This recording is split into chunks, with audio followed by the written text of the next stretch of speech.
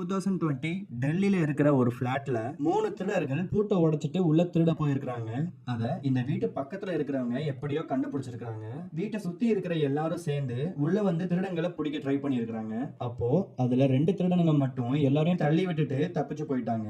அதுல ஒரு திருடன் மட்டும் அவங்க கிட்ட கையும் காலுமா மாட்டிக்கிட்டான். பொதுவாவே இந்த மாதிரி திருடன் மாட்டிக்கிட்டா அவனை என்ன பண்ணுவாங்கன்னு நம்ம எல்லாருக்கும் தெரியும். அந்த திருடன் கையும் காலுமா மாட்டினதும் இதையெல்லாம் நினைச்சு பயத்துல அழுக ஆரம்பிச்சிருக்கான். அது மட்டும் இல்லாம அந்த 3 பேர்ல இவன் தான் ரொம்ப சின்ன பையனா இருந்திருக்கான், அதாவது மைனரா இருந்திருக்கான். பொதுவாவே தமிழ்நாட்டுல ஸ்கூல்ல எல்லாம் ஸ்டூடெண்ட்ஸ் யாருக்காச்சும் பர்த்டே வந்துச்சுன்னா அன்னைக்கு அந்த பையன் ஹோம்ஒர்க் பண்ணலனாலும் இல்ல வேற ஏதாவது தப்பு பண்ணாலும் அன்னைக்கு ஃபுல்லா அந்த பையனுக்கு பர்த்டே அப்படிங்கறதுனால டீச்சர்ஸ் யாரும் அன்னைக்கு ஃபுல்லா அந்த பையனை அடிக்கவோ இல்ல பனிஷ் பண்ணவோ மாட்டாங்க.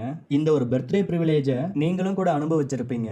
அந்த திருடன் இந்த ஒரு ட்ரிக்கை யூஸ் பண்ணி தப்பிச்சிடலாம்னு யோசிச்சிருக்கான். அந்த திருடன் என்ன ஒன்னும் பண்ணாதீங்க, எனக்கு இன்னைக்கு பிறந்த நாள், அதனால என்ன மன்னிச்சு விட்டுருங்கன்னு சொல்லி அழுதுருக்கான். இதை கேட்டதும் அந்த வீட்டு ஓனர்ஸ் எல்லாம் மனசு இறங்கி போயிட்டாங்க. உடனே அந்த திருடனுக்காக ஒரு பர்த்டே கேக் ஆர்டர் பண்ணிருக்காங்க. அந்த கேக்ல ஹாப்பி பர்த்டே சார்னு எழுதிருக்காங்க.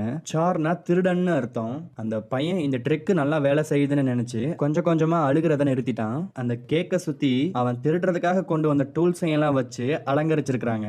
அவனுக்காக பர்த்டே பாட்டெல்லாம் பாடி அந்த திருடனோட பர்த்டேவை செலிப்ரேட் பண்ணியிருக்காங்க. இவ்வளவும் பண்ணிட்டு லாஸ்டா அந்த பையனை கூட்டிட்டு போய் போலீஸ்ல ஒப்படைச்சிருக்காங்க.